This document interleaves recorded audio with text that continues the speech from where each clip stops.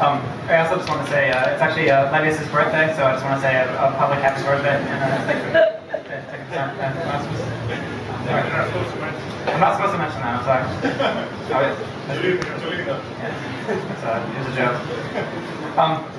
Well, I think there are a variety of ways that we could start off the conversation, but I think one of the reasons that I'm a particular fan of your work is there's kind of an ongoing theme of the earthquake or terrestrial instability, or of the idea that the terrestrial referent kind of disappears, that sometimes there's even maybe a building that's not even on the Earth's surface, like Einstein's tomb, or there's a kind of almost post-Earth condition to some of the architectural structures that you design, or some of the scenarios that you set up. And I'm wondering if you could discuss that in a little more detail, sort of what attracts you to that, and how an architectural structure can account for an unstable terrestrial foundation. Well, I suppose, can everyone hear me back there? Yeah. I suppose that my life has been unstable. I was a military brat. I grew up in different places around the USA, always moving one place to the next. And seriously, the kind of autobiography figures into these things one way or the other. But also, you know, this is, I was born 1940, we're already in the, 21st century. And over those years, there's been tremendous kinds of changes, particularly socially, culturally, intellectually. So I've been witness, and not really a participant fully, but witness to all these kinds of changes. So there is a basic instability that we have to deal with in our culture. And it's, in a sense, the earthquake or the war are just the most obvious manifestations of it, right? So I think my interest in dealing with instability is the interest in dealing with our condition, our human condition at the present time.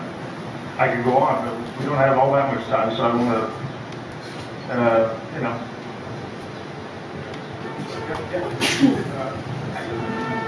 My question is, I'm sort of interested in your thoughts on kind of the evolution of the political nature of architecture and the political production of space, and I'm wondering if we've come a long way from, or if we've started to come full circle from, say, you know, the time of the Roman Empire and the early notions and inventions of the frontier and of borders, and to a point now where we're armoring our skyscrapers and border fences are the new kind of urban phenomenon. We've got these detention islands, and you know, how, I mean, I know your book, War on Architecture, was really interesting, but I wonder, really moving on from those thoughts, if there's a different sort of political nature of architecture today, given the War on Terror. So how would you kind of relate the War on Terror and architecture and how it's shifted the nature of space today? Well, I think architecture, as we normally think of it as a profession and as a practice, isn't very far from the Roman Empire. You know, I mean, still, the main thing is to build these big monumental buildings, which are kind of valorizing the hierarchy of power and authority in the society. I mean, even if it's a museum, it's about the elite's ability to gather works of art and put them into a very special building, maybe a work of art itself. So I think we're still in that mode of mentality. Look at the architecture magazines and so on. That's the way people think. That's the way architects think. Not all architects. Fortunately, and that one reason I'm here today is I think these blogs, your blogs in particular, but generally the internet is a place for some other view of architecture to really emerge. And therefore becomes incredibly important. You mentioned security for buildings or for neighborhoods, gated communities and the rest. Yeah, this is part of the defensive posture that architects are forced into, rather than having a kind of open and outward moving posture. It's about how can we secure these kind of enclaves of power and of wealth. And that's their job, to beautify it, to make it look good. And that making it look good is a major preoccupation. We can carry on. I mean, I just sort of, yeah, okay. Sorry.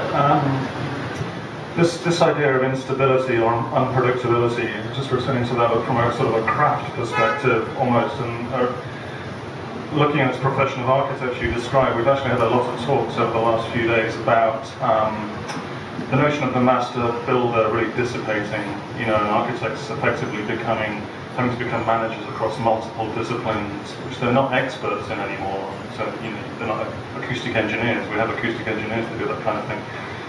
And I'm interested if there's some relationship between some of your, I was reading a lecture that you gave about the rod and cable constructions in Vienna and Paris, where you've almost created a set of guidelines and rules for constructing things, but you haven't given the details of the implementation in a way, and in a way you're letting that implementation be decided by the people on site, presumably. You may not be architects at all. Does this enable this instability to be configured on site in some way? Well, that's the idea. In other words, I think the role of architecture, not all of it, because we're still going to have the monuments, we're still going to have the big expensive buildings. That's just the way it's going to be. But if there's to be another movement, another direction in architecture, it has to engage people differently, other than saying, here, look at this, isn't this amazing? And it has to interactively involve them, other than as spectators, the society of the spectacle. It has to engage them as creators. Now, this is not, see, I lived through the 60s.